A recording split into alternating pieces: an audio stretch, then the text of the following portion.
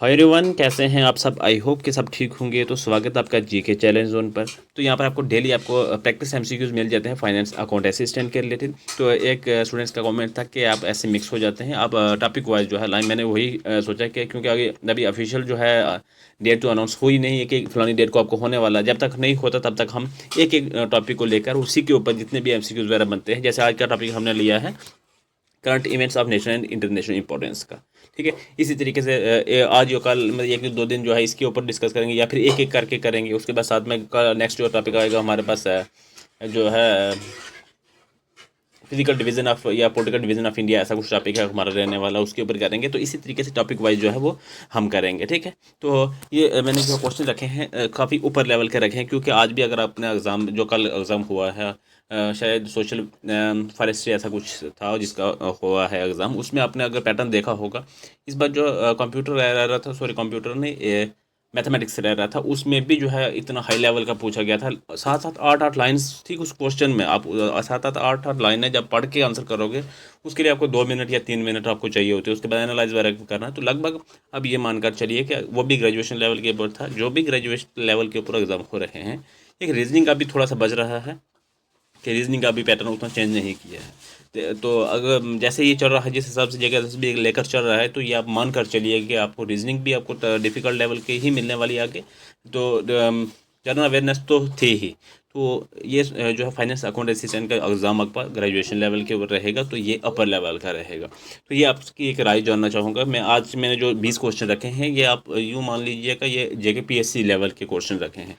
आपके सिलेबस जो है फाइनेंस अकाउंट असिस्टेंट का है, लेकिन क्वेश्चन जो है वो एक्स्ट्रा ऑर्डनरी ऊपर लेवल के रखे हैं। तो अगर आप चाहें तो मैं इसी तरह के क्वेश्चन को कंटिन्यू करूँगा, क्योंकि अगर आप यूट्यूब पर बाकी भी देखना चाहोगे कहीं पे, तो वो चाहते हैं कि व्यू बढ़े, क्योंकि कम जो है सिंपल क्वेश्चन होते हैं ताकि व्यू बढ़ते रहें, क्योंकि एंगेजमेंट बढ़ती है। जिसको क्वेश्चन कम आते होंगे वो थोड़ा सा टिके देगा, थोड़े से डिफिकल्ट क्वेश्चन लगते हैं तो वो छोड़कर चले जाते हैं। तो इस एवज में जो है मैंने यहाँ पर आपकी राय जाननी है कि क्या इसी लेवल के क्वेश्चन रखे जाएँ या लेवल को थोड़ा सा कम किया जाए। जो आपकी राय होगी हम उसी पे चलेंगे। फिलहाल आज का आप देखो कि आपको क्वेश्चन किस टाइप के लग रहे हैं, तो मुझे अपना फीडबैक ज़रूर दीजिएगा।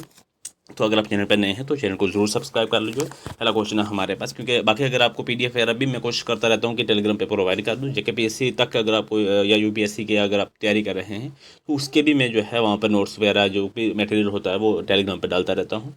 तो आप कोशिश करना, जो भी एक्सपीरियंस है या कोई भी नोटिफिकेशन आता है या पेपर जैसे आज का कल का पेपर हुआ था वो भी मैंने डाल दिया था।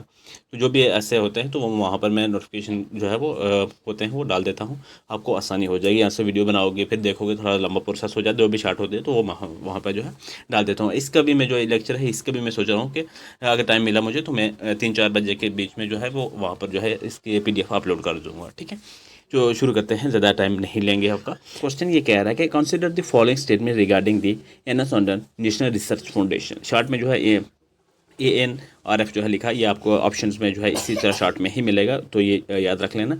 विच recently operationalized it's research development and innovation fund. तो देखिए यहाँ पर 3 स्टेटमेंट हैं आपके पास। आपने क्या बताना है कि आपने correct given above are correct. यहाँ पर जितनी स्टेटमेंट है यहाँ पर करेक्ट दी हैं, वो आपने बतानी है कि कितनी करेक्ट दी हैं। पहले स्टेटमेंट में कह रहा है कि it replaces the science and engineering board research board, इसे भी शॉर्ट में जो है SERB लिखा है, तो स्टैब्लिश इन 2008। तो ये पहले स्टेटमेंट जो है हमारे करेक्ट है। हम जो गलत स्टेटमेंटें दी गई होंगी उनका रीज़न मैं आपको साथ जो है वो डिटेल में शेयर कर दूंगा। जो करेक्ट हैं उनके रिलेटेड हम बात नहीं करेंगे, काफ़ी लंबा जो है ये सेशन हो जाएगा। ठीक है, सेकंड स्टेटमेंट में कह रहा है कि the prime minister of India act as a ex officio president of the governing board of ANRF। बिल्कुल, ये भी राइट स्टेटमेंट हो जाएगी हमारी। तीसरी में कह रहा है कि the absolute majority of its 5 years budget is mandatory to be secured for public exchequer funding completely barring private sector funding. नहीं, ये गलत स्टेटमेंट हो जाएगी तीसरी। ठीक है, क्यों गलत हो जाएगी? क्योंकि ANRF जो है इसका जो स्ट्रक्चर ही ऐसा बनाया गया है जहाँ से 50,000 करोड़ की टोटल एलोकेशन में से लगभग जो है 70%, यानी कि अगर अब बात करें तो ये 36,000 करोड़। ठीक है, प्राइवेट सेक्टर और फिलेंथ्रोपिक सोर्स से आना, और सेक्टर या फिर फिलेंथ्रोपिक सोर्स से आना है। ठीक है, पब्लिक फंडिंग से नहीं। ये गलत स्टेटमेंट है इस वजह से। तो ये हमारी तीसरी स्टेटमेंट हमारी गलत है। ओनली फर्स्ट और सेकंड स्टेटमेंट हमारी करेक्ट रहने वाली है। ऑप्शन ए हो जाएगा क्वेश्चन नंबर फर्स्ट का हमारा राइट आंसर। तो नेक्स्ट क्वेश्चन है हमारे पास कि with reference to India's dynamic deep ocean mission recently highlighted in global maritime summit consider the following statements. अब यहाँ पर 3 स्टेटमेंट है हमारे पास एज रूटीन, हमें वो स्टेटमेंट बतानी है जो करेक्ट स्टेटमेंट रहने वाली है। ठीक है, पहली स्टेटमेंट में हमारे पास क्या कह रहा है कि the ministry of science and technology is the nodal ministry supervision it's technical implementations. नहीं, ये गलत स्टेटमेंट हो जाएगी पहले ही, क्योंकि जो है deep ocean mission ministry of earth science के इनिशिएटिव है, ना कि ministry of science and technology का। ये गलत स्टेटमेंट है पहले ही। सेकंड स्टेटमेंट में कह रहा है कि the mission design a made submersible vehicle names मैसियर 6000 to carry personal to deep sea floors. ये ठीक स्टेटमेंट है सेकंड वाली, पहली गलत थी, सेकंड ठीक है। तीसरी में कह रहा है कि India hold a exploration contract for polymetallic nodules in the central Indian Ocean basin granted by the International Seabed Authority। तो ये भी ठीक स्टेटमेंट है। ठीक है, तो सेकंड और थर्ड दोनों ही हमारी स्टेटमेंट यहाँ पर करेक्ट हो जाएंगी। पहली गलत है, हमने सही बतानी थी, तो सेकंड और थर्ड ओनली जो हमारी करेक्ट होगी, ऑप्शन बी हो जाएगा right answer question number second का। तो नेक्स्ट क्वेश्चन है हमारे पास के regarding the European unions artificial intelligence act which heavily influence global AI governance framework in recent month consider the following statements. यहाँ पर 3 स्टेटमेंट हैं एज रूटीन, हमें जो करेक्ट स्टेटमेंट है हमें यहाँ पर वही बतानी है। आर्टिफिशियल इंटेलिजेंस एक्ट के रिलेटेड जो है वो स्टेटमेंट होंगे हमारे पास 3, तो हमने वो बतानी है जो सही है। पहले स्टेटमेंट में कह रहा है कि it is the world's first comprehensive horizontal legal framework on artificial intelligence. ठीक है, ये राइट स्टेटमेंट है। उसके बाद सेकंड कह रहा है the act follows strict risk based approach outrightly banning applications that present an unacceptable risk to citizen safety। हाँ, ये भी बिल्कुल राइट स्टेटमेंट है। उसके बाद तीसरी में कह रहा है कि simple generative models and large language architectures are completely exempted from all corporates compliance parameters under this framework. हाँ नहीं, ये गलत स्टेटमेंट हो जाएगी तीसरी, क्योंकि जनरेटिव मॉडल्स और जनरल पर्पस एआई पर स्ट्रिक्ट जो है ट्रांसपेरेंसी और कॉपीराइट रेगुलेशन लगाए गए हैं, उन्हें जो है एग्जाम्प्ट नहीं किया गया। ठीक है, ये इस वजह से जो है वो गलत है, तो तीसरी गलत है। ओनली फर्स्ट और सेकंड हमारी यहाँ पर जो स्टेटमेंट करेक्ट होने वाली है, ऑप्शन ए हो जाएगा क्वेश्चन नंबर थर्ड का राइट आंसर। अगला क्वेश्चन है हमारे पास कि with reference to the open network for digital commerce expanded by the government to counter e commerce monopolies consider the following statements. 3 statement है हमारे पास, यहाँ पर हमें वही बतानी है जो सही स्टेटमेंट है। ठीक है, फर्स्ट स्टेटमेंट में कह रहा है कि it is non profit section 8 company established by the quality council of India and protein ego technologies. ठीक है, ये राइट स्टेटमेंट है। सेकंड कह रहे हैं unlike traditional platform central architecture ONDC, ठीक है, operates on the open protocol network allowing cross platforms transactions. ये भी ठीक है सेकंड वाली भी। थर्ड में कह रहा है कि इस function under the administrative jurisdiction of the ministry of electronics and information technology. ये गलत हो जाएगी तीसरी, क्योंकि क्या होता है कि जो ONDC department for promotion of industrial and internal trade के जो अंडर आता है, इसी शॉर्ट में जो है DPIIT भी जो है वो लिखते हैं, तो ये उसके अंदर आता है जो कि ministry of commerce and industries का पार्ट है। ठीक है, ना कि जो है ये इसका जो है माइटी, ये जो शॉर्ट में लिखा है ministry of electronics and information technology के अंडर ये नहीं आता। ठीक है, इस वजह से ये तीसरी स्टेटमेंट हमारी गलत है। ओनली फर्स्ट और सेकंड स्टेटमेंट हमारी करेक्ट हो जाएगी यहाँ पे, तो इस क्वेश्चन का ऑप्शन बी जो है हमारा राइट आंसर बन जाएगा।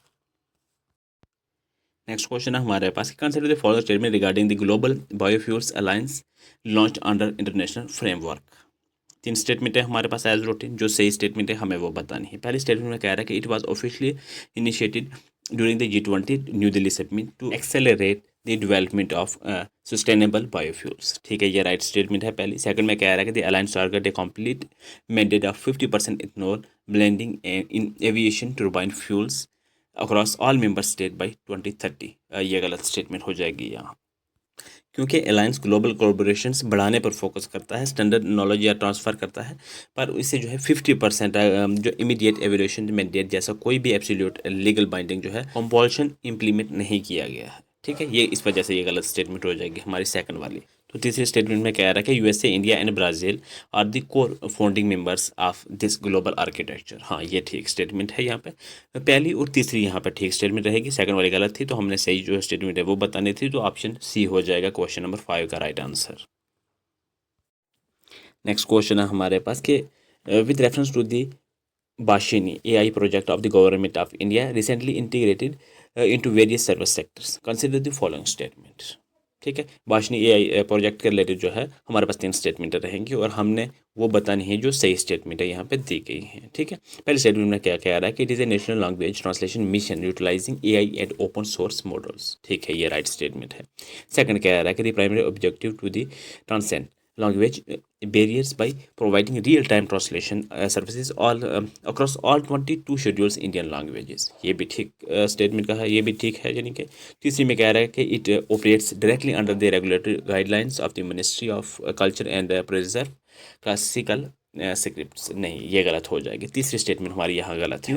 क्योंकि ये ministry of electronics and information technology, जिसे MIT शॉर्ट में लिखते हैं, तो ये उसके जो है अंडर डेडिकेटेड मिशन फ्रेमवर्क है, ना कि मिनिस्ट्री ऑफ कल्चर के अंडर। ठीक है, मिनिस्ट्री ऑफ कल्चर के अंडर नहीं है। किसके अंडर है? Ministry of electronics and information technology के अंडर। तो ये तीसरी स्टेटमेंट हमारी इस वजह से गलत है। तो ओनली फर्स्ट और सेकंड स्टेटमेंट है यहाँ पर करेक्ट हो जाएंगी। ऑप्शन ए क्वेश्चन नंबर 6 का राइट हो जाएगा। और कोशिश करो साथ में खुद से भी अटेम्प्ट करने की। ये ऐसे क्वेश्चन है जो 1 मिनट में नहीं हो पाते। ठीक है, लेकिन फिर भी कोशिश करो कि जितने कम टाइम में जो है ये कवर हो जाए, तो इसका आंसर आप निकाल सको तो ज़्यादा आपके एग्जाम के पॉइंट ऑफ व्यू से बेहतर है। नेक्स्ट क्वेश्चन हमारे पास क्या, regarding the comprehensive nuclear test ban treaty. ठीक है, which come into international highlight due to the shift in geopolitical stance, consider the following statements. हमें जो है न्यूक्लियर टेस्ट बैन ट्रीटी के रिलेटेड हमारे पास 3 स्टेटमेंट रहेंगी और हमें एज रूटीन जो करेक्ट स्टेटमेंट है वो हमने बतानी है यहाँ पे। तो पहले स्टेटमेंट में क्या रखा है, the treaty bans all nuclear explosions for both civilian and military purpose in all environments. हाँ, ये बिल्कुल राइट स्टेटमेंट है ये। उसके बाद सेकंड कह रहा है कि it has entered into absolute global force since it was open for a signature in 1996। नहीं, ये गलत हो जाएगा क्योंकि CTBT क्या हो गया, comprehensive nuclear test ban treaty. ठीक है, अभी जो है फॉर्मली इन्फोर्स नहीं हुआ है, यानी कि नॉट इंटर्ड इनटू फोर्स, क्योंकि आर्टिकल 14 के मुताबिक मैंडेटरी एनेक्स 2 जो है, ये एनेक्स 2 कंट्रीज़ जो हैं, जैसे USA हो गया, चाइना हो गया, इजिप्ट वगैरह हो गया, इन्होंने जो है इसे फुली रेटिफाई नहीं किया है। हाल ही में जो है वो रशिया ने भी इसे जो है रेटिफिकेशन से जो है विड्रा की थी। ठीक है, तो इस वजह से ये गलत स्टेटमेंट है सेकंड वाली। तीसरी में कह रहा है कि India, Pakistan and North Korea है neither signed nor ratified the CTBT framework. हाँ, बिल्कुल ऐसा ही है। ये जो है तीसरी स्टेटमेंट बिल्कुल करेक्ट है, सेकंड गलत है, फर्स्ट ठीक है, थर्ड ठीक है। फर्स्ट और थर्ड दोनों ठीक है, तो ऑप्शन हो जाएगा इसका C, क्वेश्चन नंबर 7 का राइट आंसर। तो अगला क्वेश्चन है हमारे पास यहाँ पर क्या है कि डायरेक्शन, यहाँ पर असर्शन और रीज़न है। ऐसे ये क्वेश्चन भी आपको एग्जाम में जो है लेटेस्ट पैटर्न जो चल रहा है उसमें देखने को ऐसे क्वेश्चन भी मिलेंगे। क्या कह रहा है कि select the correct response using the parameters of logic. क्या कह रहा है कि असर्शन में कह रहा है the Reserve Bank of India यानी कि RBI has progressively tightened compliance audit and governance standard for non-banking financial companies and fintech players। ठीक है, ये राइट है, बिल्कुल सही बात बोली है। रीज़न क्या है यहाँ पर कि unregulated repaid assets expansion and systemic interconnectedness between digital fintech app and traditional commercial banks pose acute financial stability risks. ठीक है, ये रीज़न भी ठीक है और ये एक्सप्लेन कर रहा है असर्शन को। हमने इसी टाइप का आंसर भी करना है कि both A and R are true and reason is the correct explanation of A। Option जो है हमारा A हो जाएगा, क्वेश्चन नंबर 8 का राइट आंसर। नेक्स्ट क्वेश्चन है, यहाँ पर भी हमारे पास असर्शन और रीजन है, हमने बताने हैं सही है, जो भी गलत है जैसे है हमने बताना है। पहले असर्शन में क्या कह रहा है कि the European Union introduce the carbon border adjustment mechanism to level structure carbon pricing liabilities. बिल्कुल राइट स्टेटमेंट है ये।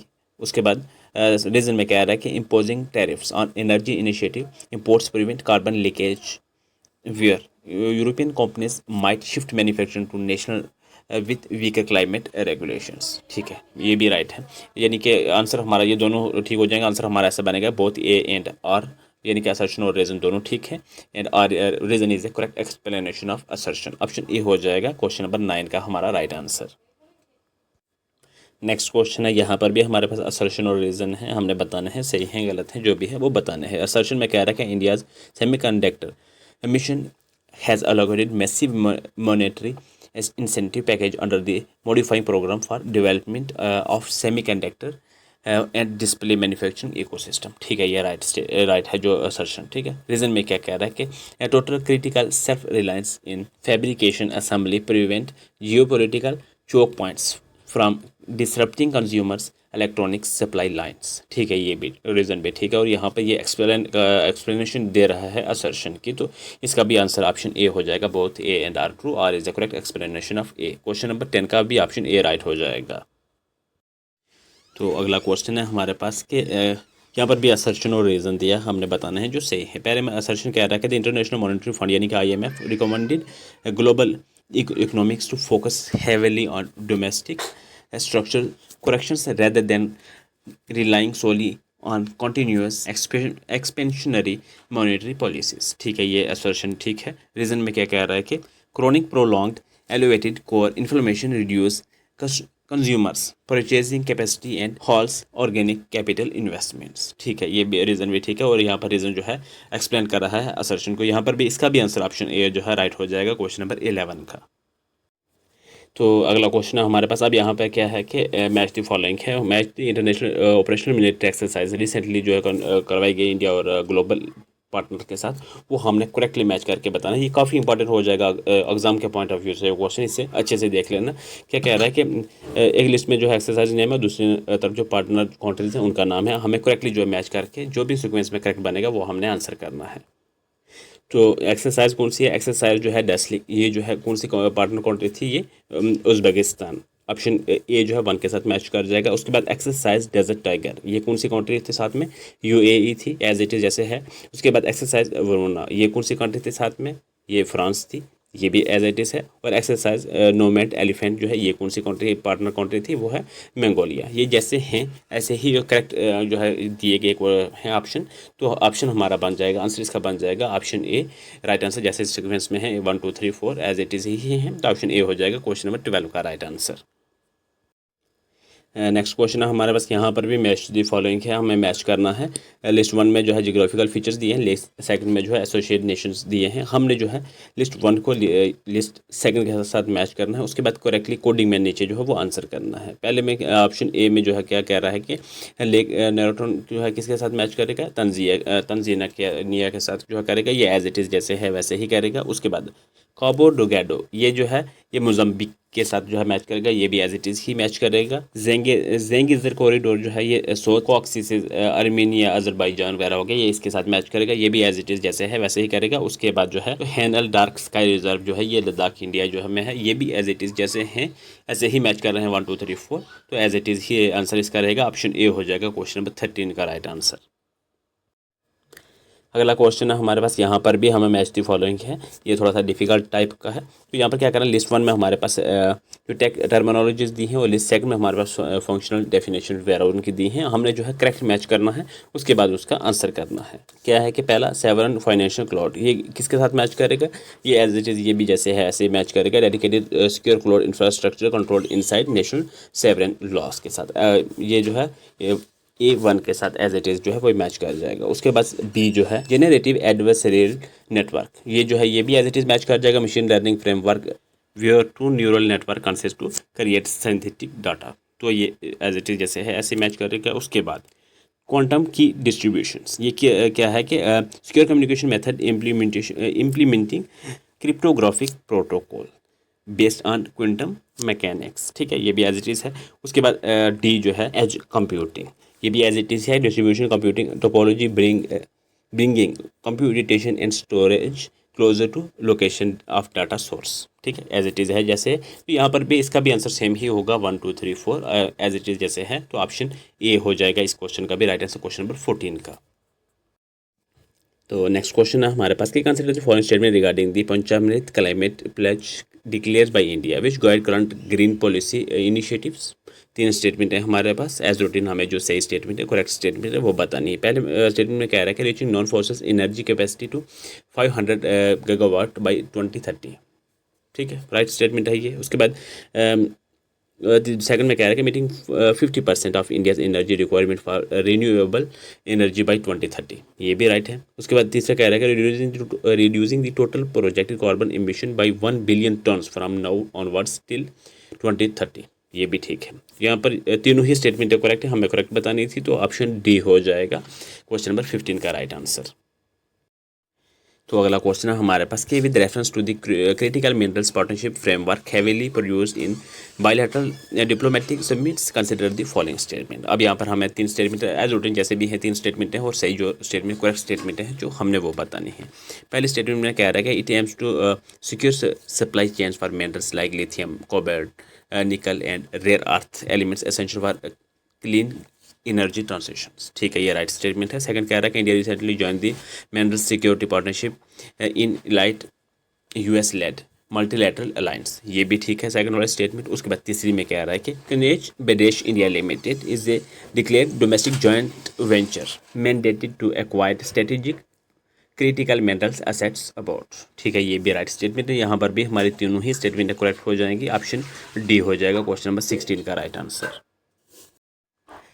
नेक्स्ट क्वेश्चन है हमारे पास कि consider the following statement regarding the bipolar disorder treatment and health index monitoring which trigger the launch to dedicated biochemical research funding frameworks under global health networks. तो ये यहाँ पर तीन स्टेटमेंट है हमारे पास, हमें जो स्टेटमेंट करेक्ट है वो हमने बतानी है। ठीक है, पहले स्टेटमेंट में कह रहा है कि bipolar disorder is the chronic mental health condition characterized by extreme shift in mood, energy and activity levels। हाँ, ये बिल्कुल राइट स्टेटमेंट है पहले। सेकंड में कह रहा है कि lithium based chemical carbonates remains high utilised therapeutic stabiliser in global neuropsychiatry setups. ठीक है, ये भी सेकंड वाली भी स्टेटमेंट ठीक है।